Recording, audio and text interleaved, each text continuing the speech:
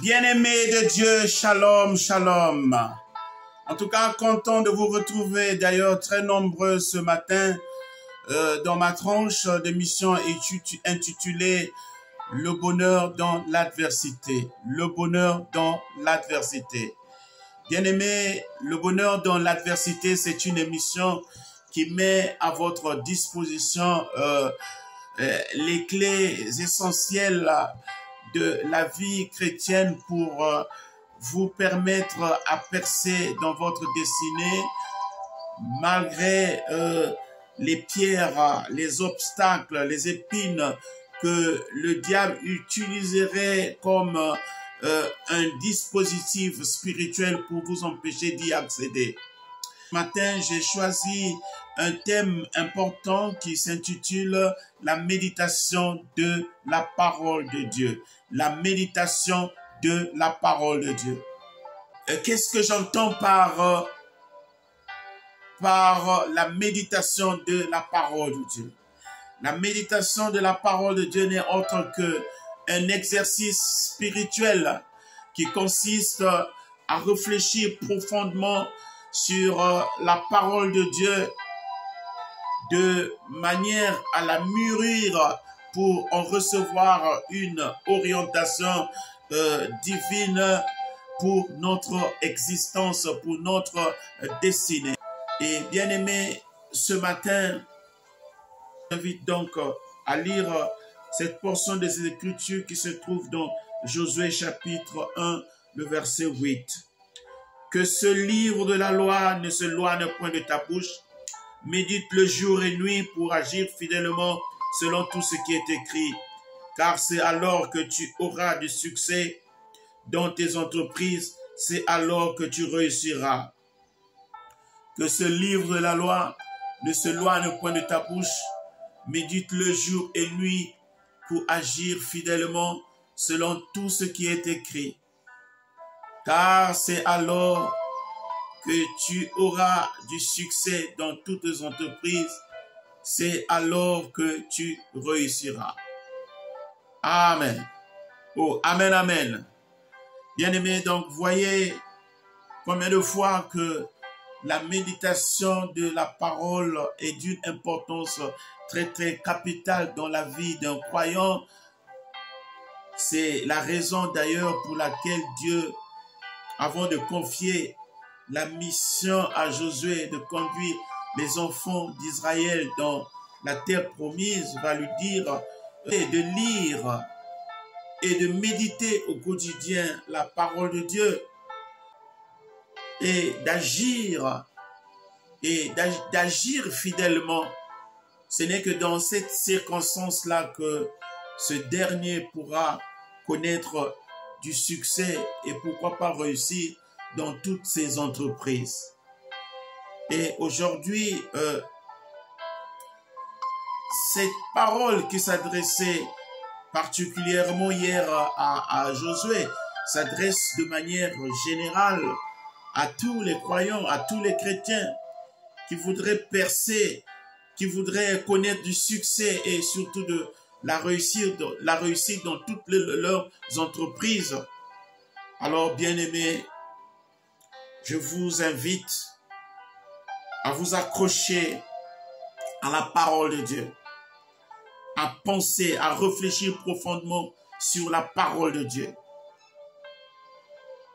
de telle sorte que par l'Esprit, cette parole que vous méditez soit transformée en une révélation, soit transformée en une orientation divine qui va vous permettre certainement de percer dans votre destinée. Et nous en avons tous besoin d'ailleurs, bien-aimés dans le Seigneur. La méditation de la parole de Dieu est une clé très très importante que Dieu hier avait donnée à Josué, mais aujourd'hui cette clé est donnée à tous ceux qui croient en Dieu, à tous ceux qui placent Dieu au centre de leur vie. Bien-aimés, vous savez, lorsque vous portez en vous la parole de Dieu, vous portez en vous le Dieu de l'univers. Car Dieu se cache dans sa parole. Dieu est dans sa parole. C'est la raison pour laquelle la parole de Dieu doit occuper la première place. Et la parole de Dieu ne doit pas simplement rester cachée dans la Bible, mais nous devons transporter cette parole et l'emmener dans la bibliothèque de notre cœur, de telle sorte que cette parole soit écrite, soit gravée sur la table de notre cœur, pour que à jamais nous puissions perdre de vue, pour que à jamais nous puissions perdre de repères dans notre vie. Oh, bien-aimés dans le Seigneur, nous voyons encore dans la vie de David, cet homme qui avait un rang social élevé, cet homme qui était un roi en Israël, accorder aussi une importance très capitale à la méditation de la parole de Dieu, à la lecture et à la méditation de la parole de Dieu. C'est pourquoi lorsque vous lisez par exemple le Psaume 119, le verset 11, il dit ceci: « Je serre ta parole dans mon cœur afin de ne pas pécher contre toi. » Et plus loin encore, au verset 105 du même chapitre 119, il dit ceci: « Ta parole est une lampe à mes pieds, une lumière sur mon chantier. » Bien-aimés dans le Seigneur, beaucoup de gens marchent sous les épines, marchent sous les pierres et n'arrivent pas à entrer dans leur destinée de gloire, tout simplement parce qu'il manque de la lumière, tout simplement parce qu'il manque de l'éclairage. Cet éclairage surnaturel qui vient, n'est-ce pas, de la parole de Dieu. C'est pourquoi David pouvait percer, parce que il avait cette lampe surnaturelle, il avait cette lumière surnaturelle qui l'accompagnait toujours dans sa marche, dans sa conduite, dans ses mouvements. Voilà pourquoi David, en tant que roi, il a percé. Et vous savez que David était un personnage dans la Bible qui avait plusieurs casquettes.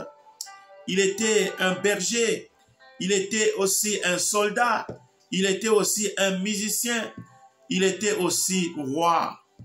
Oh, bien-aimé dans le Seigneur, mais sans oublier aussi qu'il était aussi un poète. Donc, il avait 5 types de casquettes dans sa vie. Alors, commencez dès à présent à lire et à méditer la parole de Dieu. Et surtout d'agir fidèlement selon tout ce qui est écrit. C'est de cette façon que vous allez percer. C'est de cette manière que vous allez connaître du succès et surtout la réussite dans toutes vos entreprises.